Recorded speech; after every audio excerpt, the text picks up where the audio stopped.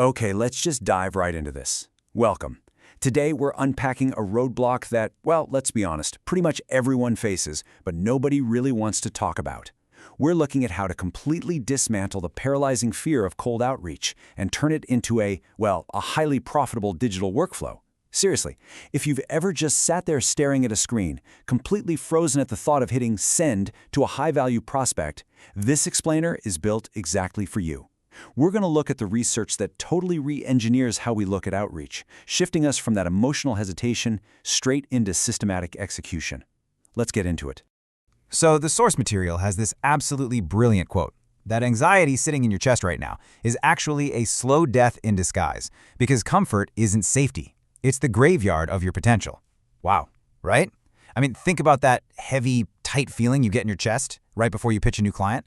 You're just staring at that blinking cursor on a blank email. I totally want to validate that feeling because, yeah, it is incredibly real. But what this quote perfectly captures is that the cost of doing nothing, that's actually way more terrifying than the work itself. The research shows your brain is basically just trying to protect you from discomfort. But that discomfort is the exact ingredient you need to grow. Avoiding the work doesn't keep you safe. It just slowly buries what you're actually capable of. And I know what you're thinking. It all comes down to this one question. What if they say no? Studies actually show that hesitation in sales and outreach is almost entirely driven by those 5 little words. We internalize the possibility of rejection so deeply that it just ruins the whole day. It completely paralyzes us. But here's the truth we need to unpack today. Being terrified of no is based on a total misunderstanding of how digital profit actually works. We are going to completely dismantle this roadblock right now, so it literally never stops you again. Okay, the research redefines the very thing holding us back in such a clever way. F.E.A.R. is presented as an acronym, false evidence appearing real. That anxiety, that absolute dread of the word no, it isn't based on an actual physical danger, right? No tigers chasing you. It's just false evidence generated by a brain that really likes the status quo. The author makes this great point. If the thought of a stranger saying no scares you, the thought of staying stuck exactly where you are should terrify you a whole lot more. This fear is literally just a biological illusion trying to stop your evolution. Once you can redefine that fear as false evidence, it completely loses its grip on you. And this comparison illustrates the exact paradigm shift we need to make. The traditional, everyday view, it treats rejection as a failure, like hitting a solid brick wall. But high performers, they completely flip the script. To them, rejection is proof of courage. It's just a tool for redirection. Rejection is not the opposite of success, guys. It's the exact currency you need to buy your success. Think of it as a price of admission to become the person who earns at the highest level. Every no isn't a wall. It's just the market redirecting you toward a much better opportunity. Change how you view the currency of rejection, and honestly, you become unstoppable. So the absolutely crucial concept here is this: motion beats motivation. This is a massive psychological reset. Think about it. How many times have you told yourself, oh, I'll do my outreach when I feel inspired? Or I'll pitch them when I feel ready? Look, you have got to stop waiting for a spark of motivation. The data shows it's a total myth. It's kind of like waiting for lightning to strike your laptop to charge the battery. It's just not going to happen. Action is what actually generates energy. Waiting to feel motivated is really just a very convincing form of procrastination. You have to force the motion first, and I promise you, the motivation will inevitably follow. So how do we actually bypass that mental resistance? Well, the author suggests building momentum through microtasks. Literally, just step 1, write 1 sentence. Step 2, send 1 DM. That is it. You don't need to worry about landing a massive 5-figure client right this second. When you're feeling completely paralyzed, the hardest battle is just fighting your own brain's desire to stay comfortable. To win that battle, you make the smallest, most imperfect move possible, just to break the seal of inaction. The absolute second you write that single sentence or send that 1 DM, even if it's terrible and full of typos, you've won. You've successfully shifted from being stuck into a state of momentum.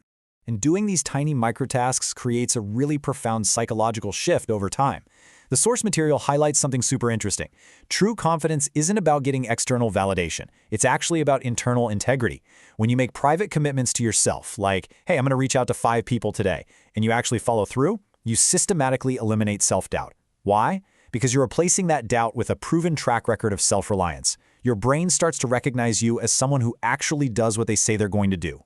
Building this integrity, in those quiet moments when nobody else is even watching, that is the undeniable source of real confidence. Now, as you start building this momentum, you have to set the stage for success. The research is crystal clear on this. Willpower is a finite resource. In your environment, it will win over your willpower every single time. So, to achieve what the data calls environmental dominance, you need to establish 3 simple focus triggers. Number 1, aggressively manipulate your physical surroundings. Number 2, sit in a specific chair, but only when it is time to work.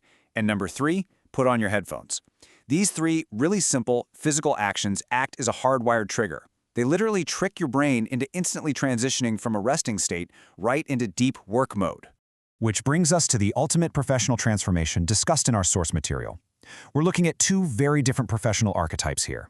First, you've got the doer of tasks. This is someone who is emotionally reactive, terrified of picking up the phone, and always waiting for motivation to strike. Contrast that with the workflow director, which is the persona you absolutely must step into. A workflow director is entirely objective. They don't treat outreach as some scary personal hurdle. They treat it as a repeatable, highly scalable engine. They don't get all emotionally tangled up in individual rejections. They just rely on the momentum of the system and oversee the machine. When you put all of this together, when you redefine fear as false evidence, when you use microtasks to break the seal, build that private reputation with yourself, and step into the role of a workflow director, everything changes. The core takeaway from all of this is that you really have to stop waiting for a sign to start building your digital presence. So many people are just waiting around for some kind of external permission to take action. But the research highlights a brutal truth. Waiting is the real failure. Honestly, the fact that you're here, engaging with this explainer and investing in your own psychology, that is the only sign you will ever need. Which leads us to one final huge question drawn from all this data. Are you ready to stop waiting and start building? Remember that false evidence of fear is literally the only thing standing between you and a highly profitable workflow. You now have the exact psychological framework you need to break the seal of inaction. So, what is your next microtask going to be? It is time to step completely out of that graveyard of comfort, harness this new momentum, and just start building. I seriously cannot wait to see what you create.